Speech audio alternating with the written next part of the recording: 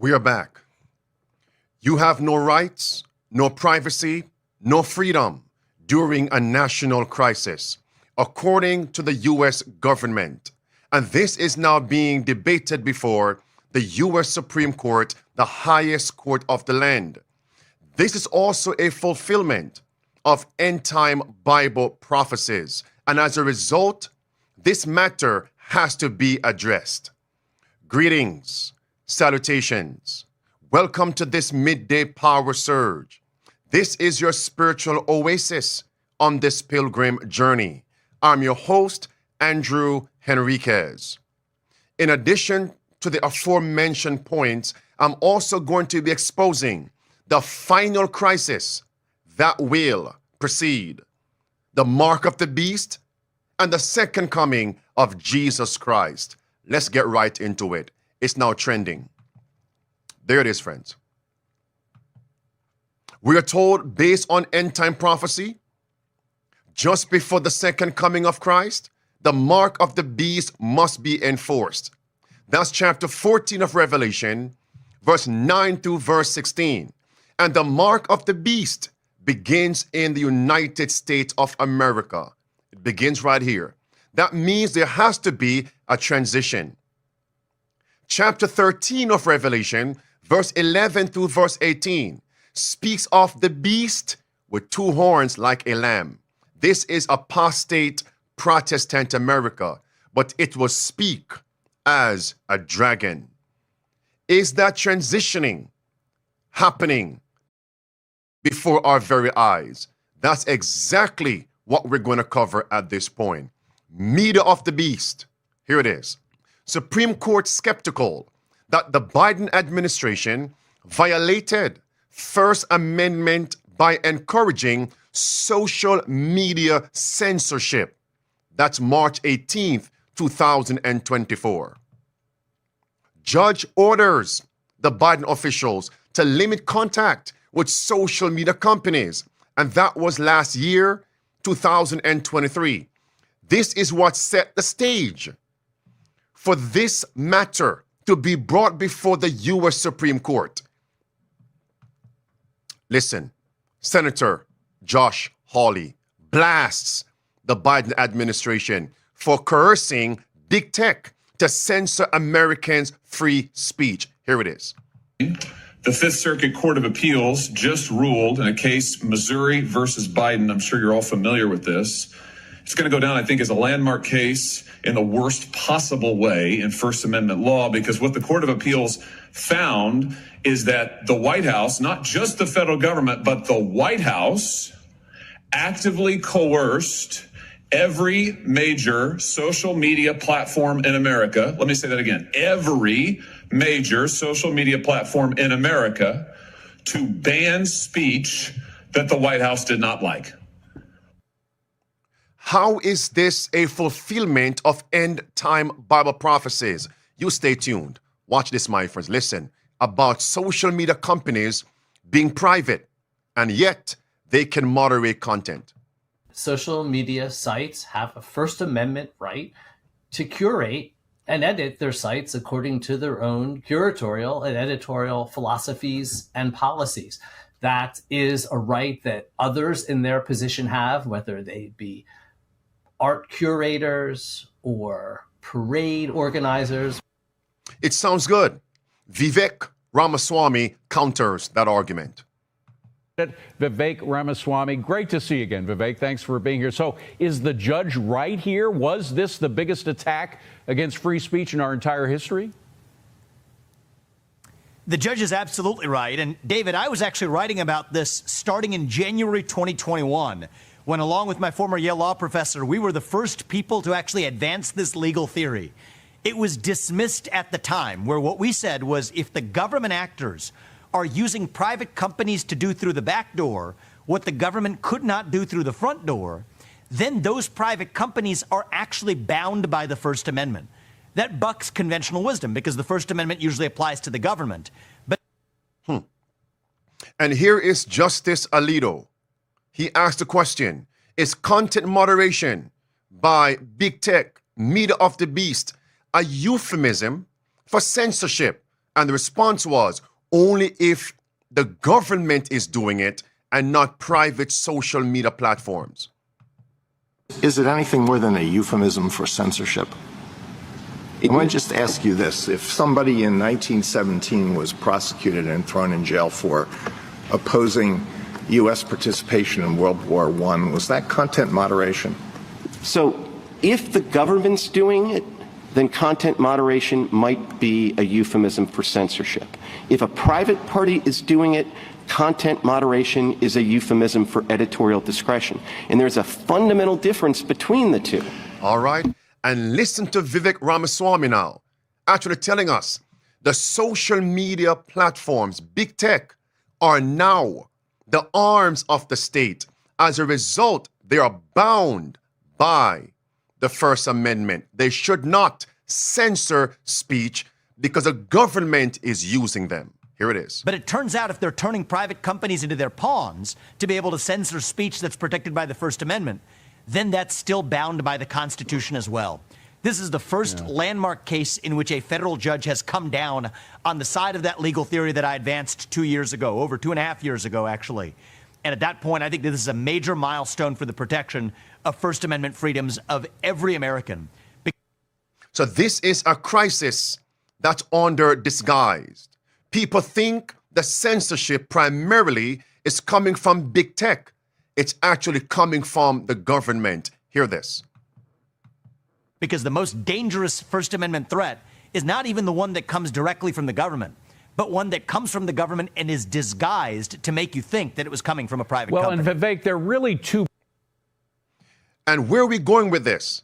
We're going to see, if you simply stay tuned, a time is going to come, God's remnant, faithful messengers, preachers, teachers will not be able publicly to present the seventh-day Sabbath when the calamities continue and the crises, and Sunday is enforced as a law of the land for rest and worship under the penalty of death.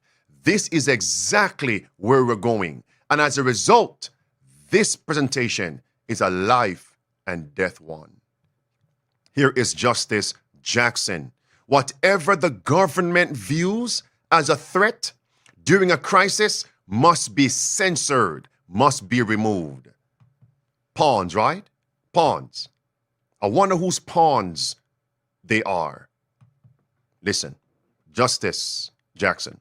Exchanged between the White House and other federal officials and Facebook in particular, but also some of the other platforms. Alito. And I see that the White House and federal officials are repeatedly saying that Facebook and the federal government should be partners. We're on the same team. Officials are demanding answers. I want an answer. I want it right away. When they're unhappy, they curse them out. Mercy. There are regular meetings. There is constant pestering of Facebook and some of the other platforms, and they want to have regular meetings. And they suggest, they suggest rules that should be applied, and why don't you tell us everything that you're going to do so we can help you and we can look at. So here we have Justice Samuel Alito. Next, I'll come to Jackson.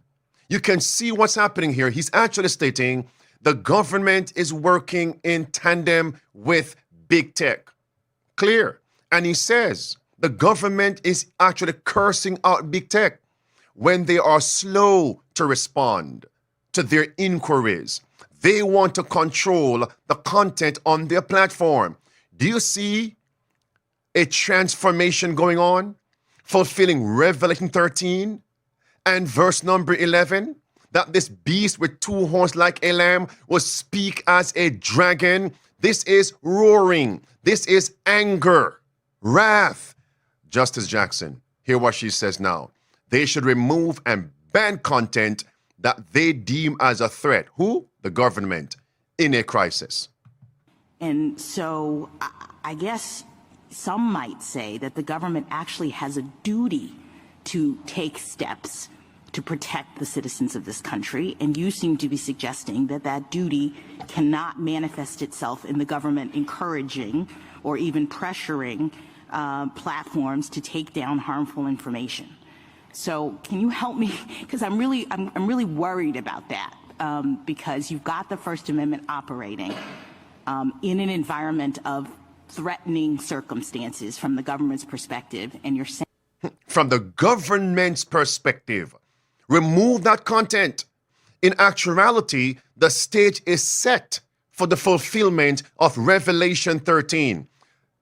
Justice Jackson went on to say, the First Amendment is hamstringing the government during a crisis. Do you know what hamstringing means? Watch this. Justice Jackson? So my biggest concern is that your view has the First Amendment hamstringing the government in significant ways in the most important time periods. So in other words, during a crisis, we must do away with the freedoms enshrined in the First Amendment. And if you knock over one pillar, all the other pillars, rights, fall because they all stand together or they fall together. What spirit is this? To overthrow our rights and freedoms and privacies? All they need is a crisis. And this is what is now being debated before SCOTUS. And the tyrant, even a chief tyrant, is watching closely. They are about to rule on this summer, 2024. These are the arguments being brought before SCOTUS on yesterday, March 18th. And the question is, do you not think that they'll bring on more crises? Because now they know it's the law of the land, that during a crisis or crises, your rights, your privacy, your freedoms are now repudiated, then they'll manufacture more crises. And how does a nation speak? She speaks to her legislative and judicial branches of government. That's a fulfillment of Revelation 13. And what the other lawyers are saying is, in a crisis, the government should not take away our rights. You know, friends, let me break it down. There's several examples I could share, but here is one.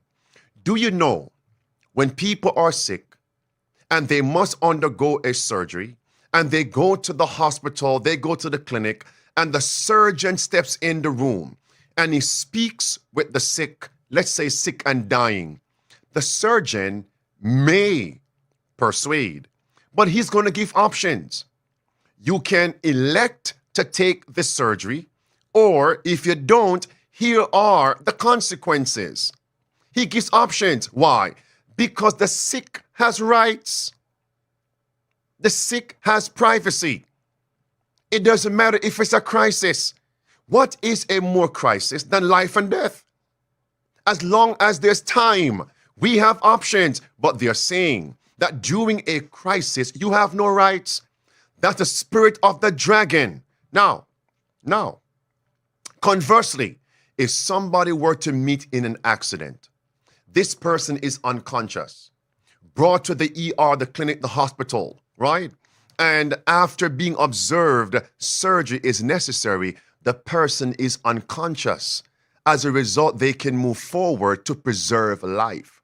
However, what if that person who met in the accident unconscious, what if next of kin was informed? A spouse was informed. A child was informed. Parent was informed. Then the hospital must first consult with parent, spouse, grown child, next of kin, before they can move forward. In a crisis, your rights still remain. Do you know why? Your rights come from God, and there are no exceptions. Am I clear? Is the trumpet distinct today? Let's continue. Here is Justice Jackson. She goes on to say that she rejects the option that government can post its own speech, post its own narrative in a crisis without suppressing, censoring, and removing counter-narratives during a crisis. She flatly rejects that, categorically rejects that. Listen. I mean, what would you have the government do? I've heard you say a couple times that the government can post its own speech, but in my hypothetical, kids, this is not safe, don't do it, is not going to get it done. And that's not going to get it done. We must remove speech. All right. Here is Justice Jackson stating there are certain crises where the government can abridge First Amendment rights. Certain crises, watch this. But whether or not the government can do this is something I took up with Mr. Fletcher, depends on the application of our First Amendment jurisprudence, and there may be circumstances in which the government could prohibit certain speech on the internet or otherwise. The stage is set for the fulfillment of Revelation chapter 13. Here is Justice Alito yesterday, March 18th. He says the context was actually the inoculation of the people during the pest-19 pandemic. Here's the exchange with the lawyer and Justice Alito. Partners, we're on the same team. Do you think that the print media regards themselves as being on the same team as the federal government, partners with the federal government? So potentially in the context of an effort to get Americans vaccinated during a once-in-a-lifetime pandemic. And I really think that piece of context, it doesn't change the First Amendment principles, but it's relevant to how they apply here. And I think it's important to understand that at this time, this was a time when thousands of Americans were still dying every week, and there was a hope that getting everyone vaccinated could stop the pandemic. And there was a hope. 3 points. There was a hope that getting more people, most Americans, inoculated would stymie the pandemic. A hope. What have we learned since May 11th, 2023? So in a pandemic of pestilence, what happens? It says your rights are now abridged. All they need is a crisis. So what is going to be that final crisis? I'll get to it. Friends, he just stated, number 3, that millions, thousands of people were dying in America every week. I'm going to play 2 clips, and you tell me, how is it that these 2 statements are allowed on big tech platform, allowed on social media, and yet other narratives, statements were suppressed? Listen again. Maybe you missed it. Partners, we're on the same team. Do you think that the print media regards themselves as being on the same team as the federal government, partners with the federal government? So potentially in the context of an effort to get Americans vaccinated during a once-in-a-lifetime pandemic. And I really think that piece of context, it doesn't change the First Amendment principles, but it's relevant to how they apply here. And I think it's important to understand that at this time, this was a time when thousands of Americans were still dying every week, and there was a hope that getting everyone vaccinated could stop the pandemic. And there was How many people were dying? Thousands each week were dying. SpongeBob, talk to us. A few moments later. Not moments. What about months? SpongeBob, speak to us. Many months later. Here is Mr. Floodgates. Mr. Floodgates went on to state, listen, there was a benefit to millions of people dying during the pestilence 19 pandemic. This is allowed on Media of the Beast. Here he is. But the pandemic, which you would have thought, wow, global health research to talking about health, being ready for the next pandemic, when you've got millions of deaths, isn't that, it's sad, it's tragic, but isn't at least there a benefit that health is on the agenda? What? There's a benefit to millions of people dying? So health can be on the agenda? How many people were sacrificed then? How many people? Let's stay right here. Remember, one moment later or months later, here's Bill Gates again. There was asked a question, which is a more urgent threat? A pestilence pandemic or climate change. The man said, a pandemic can be natural or it can be intentional. That's what he said. Watch this. Listen. Look at the dates for these clips here, friends. The dates of them on top. Clip 2. Move on. But enough. Clip 2. Here it is. Is the threat of the next pandemic as urgent now as the threat from climate change? Well, they're very different. You know, climate change just gets worse every year as long as you continue emissions. A pandemic, we're likely to go a fair period of time without either a naturally or intentionally caused pandemic. But when it does strike, we saw tens of millions of lives and tens of trillions of dollars. Fortunately, the cost... You caught it? Did you hear it? Preachers. Maybe they missed it. And notice he's a smooth operator. Silky smooth words. He just put that statement in the midst of a flowery of other words. And if you're not listening attentively, you'll miss it. Here he is again. A pandemic, we're likely to go a fair period of time without either a naturally or intentionally caused pandemic. But when it does strike, we saw tens of millions of lives and... In other words, a time is going to come. How many individuals have their platforms removed because they were pointing out the tyrants? They were saying this thing was done intentionally. You see my point? How many folks lost their license as a result? It's very similar to when God sent the prophet Nathan to address David. 2 Samuel chapter 12 and verse 7. Thou art the man. We're now seeing a time where God's people cannot identify the tyrants that are promoting tyranny. Let that sink in. That it is a benefit to see millions of people dying. But you have no rights. You must shut up. Silence, you slaves. You see my point? The stage is set for the fulfillment of chapter 13 of Revelation. Here it is, friends. Calamities are going to come. Great controversy, page 589. They will bring disease and disaster until populous cities, millions of people, are reduced to ruin and desolation. They will impart to the air a deadly taint, and thousands will perish by the pestilence. Let that sink in.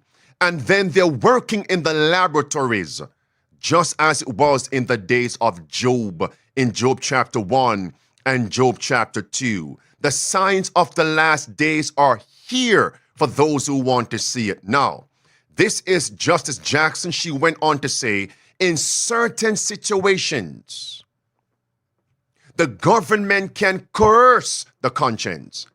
Now, once I played this clip, the real question is, what are some of those situations? And what will be the final situation?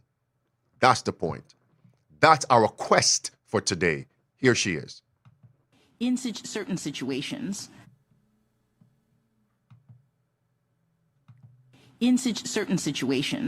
the government can actually require that speech be suppressed if there's a compelling interest, right?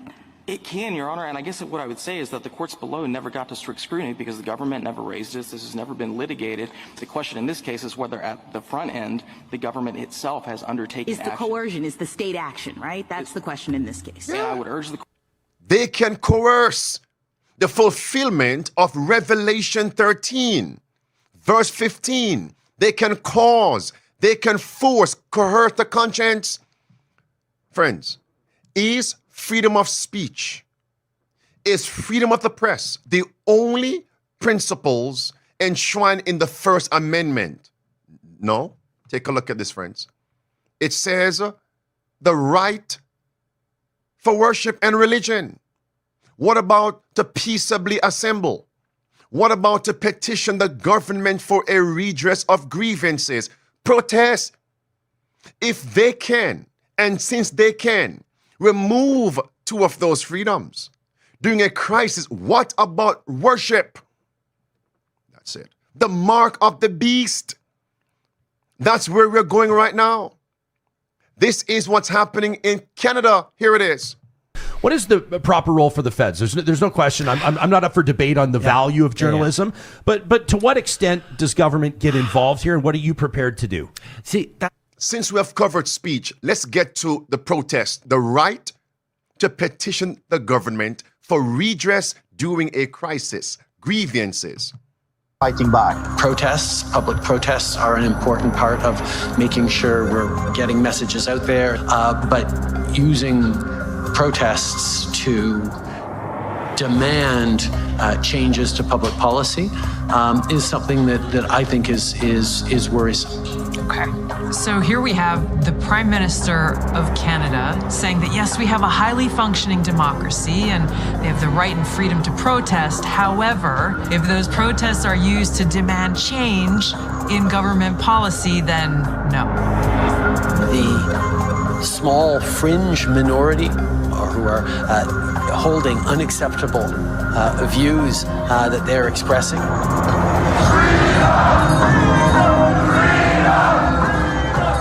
Do not represent the views of Canadians who know that following the science and stepping up to protect each other is the best way to continue to ensure our freedoms, our rights, our values as a country. So that is mob rule. Mob rule. Clip 2. As of today, a bank or other financial service provider will be able to immediately freeze or suspend an account without a court order. If you are involved in this protest, we will actively look to identify you and follow up with financial sanctions and criminal charges. Banks have already started to freeze the accounts of people involved in the protests. Please get out. Immediately get out. Intimidating people in a church during the Passover. Church. Unbelievable. Church. Growing up under communist dictatorships, I have been warning Canadians that that's what's coming. I could smell it. I could see it at every corner. We will not put up with this anymore. We are fighting back. It's clear. Has the point been made? It's not only speech and press, but religion. At this point, I'm going to post an actual poll question. Kim in the chat writes, only cowards that can't defend their point try to silence those who tell the truth. Wicked people! Exclamation sign. That's it, friends. It's clear. And that's why we are addressing this. The stage is set for the fulfillment of the mark of the beast being enforced. And we won't be able to protest against the mark of the beast on social media. And we won't be able to present the truth publicly. It will not happen. The stage is set. That's why we are addressing this today. Here is your poll question. Once the preachers let me know it is posted. Friends, here it is. According to the book of Revelation, which specific crisis leads to false worship legislation or else face death? You have 4 options. Option A, wars. Option B, famines. Option C, pestilences. Option D, calamities.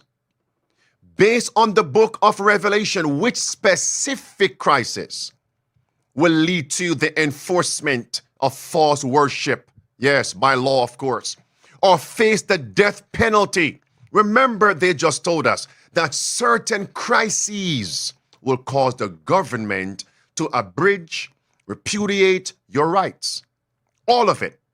So what is the final crisis based on end time prophecy? I'll give you a few more seconds while I give you 2 clips. I'll come back for the results. Here is Senator Josh Hawley. Hear what he says. What are we talking about here? Well, we're talking about speech on the COVID-19 pandemic, speech on the 2022 congressional elections, speech related to mask mandates, speech related to vaccines. What did the White House do? Well, over a period of years, They met with on a regular basis the leaders of social media companies and demanded that the speech they did not like be taken down. Clip 2, stay right there. They further demanded that these same social media companies amplify the White House's speech. Amazing. So take down all of this speech that we don't like, amplify our own speech. Unbelievable. What kind of speech are we talking about? All right, friends. At this point, let's end the poll and get the results. Based on the prophecies, which specific crisis will lead to the enactment by law false worship? And those who refuse will experience and counter the death penalty. All right, so we have 45% chose option D, calamities, and that answer is correct. Write down Revelation 13, verse 13 through verse 15. The Bible speaks of fire descending.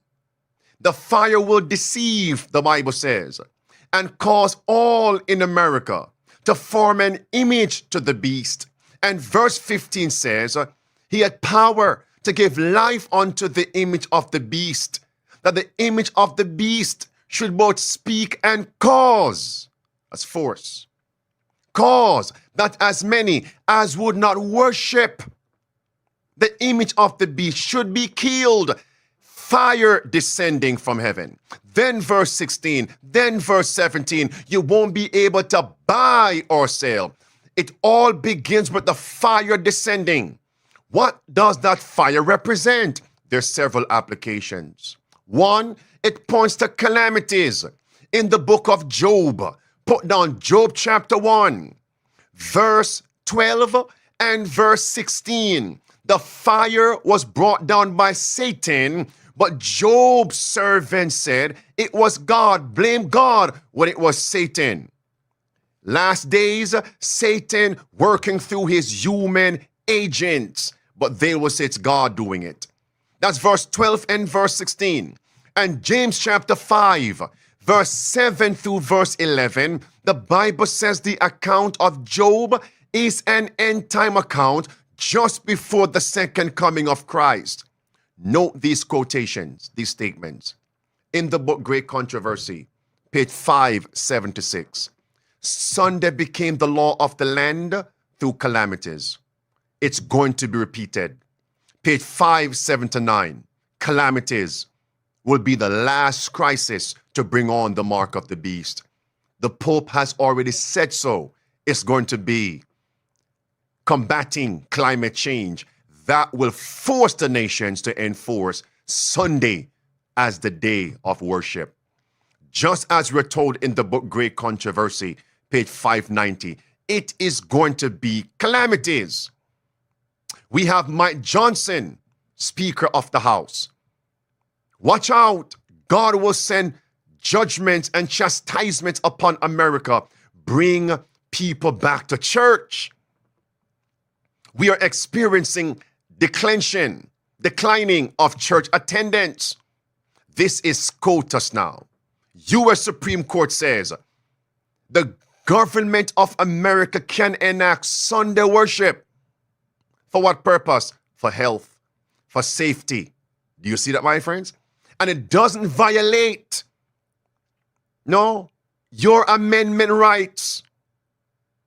It's right there, friends. From SCOTUS, it's already on the books. It's the final crisis. Now, at this juncture, look at this. Here is one my conservative base is really going to like. A constitutional amendment requiring folks to attend church on Sundays. What is that last crisis? It's going to be calamities. Friends, let's get back to the Bible as we close. In John chapter 11, do you know Christ's freedoms were stripped away from him in John chapter 11? And what caused this in John chapter 11? They said in verse 46 through verse 53 of John chapter 11, if we don't silence Jesus, that speech, if we don't get rid of him, even to kill him, we will lose our place and nation. A national crisis. We must kill this man. That's the Bible speaking. Also put down Acts chapter 4, verse 18 with the apostles. Verse 18 onward. Did we not tell you not to speak these things? Not to speak in this man's name? Imagine when the Sunday law is enforced. Where will we find accommodation to preach against Sunday worship and to preach, exalt God's 7-day Sabbath? Maybe you missed it. Maybe you missed it. Remember, the pestilence 19 elixir was their solution to combat the pandemic. Anybody who spoke against it was censored, banned, deplatformed. You see my point? What is going to be the medicine, the remedy to combat calamities? It's going to be Sunday worship. You just saw the play. You just saw it. So those who preach against Sunday worship, you will not be accommodated on social media platforms. If you present the 7-day Sabbath based on the Bible, God's word, you will not be accommodated on social media. You'll be banned.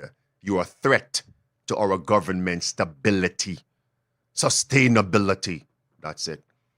So where must we begin? Number one, do all that we can now on social media before that day comes to fruition. Number two, house to house evangelism. That's it. The best form of evangelism. House to house, in the community, mountainside, in the valley, by the seaside, in the wilderness, rural evangelism, city evangelism, neighborhood evangelism, house to house. Read the statement in Testimonies for the Church, volume 9 and page 41. And on page 40, what do we need? Busy hands and active brains. Now it's time. I'm going to encourage you, if you were blessed by this presentation, to give this video a thumbs up, share it so we can awaken and prepare others with the 5 keys of survival. We're also streaming on other platforms. The links are in the description. By God's grace, I will see you tomorrow for Midday Power Surge at 12 noon Eastern. Remember, busy hands and active brains. The protest continues.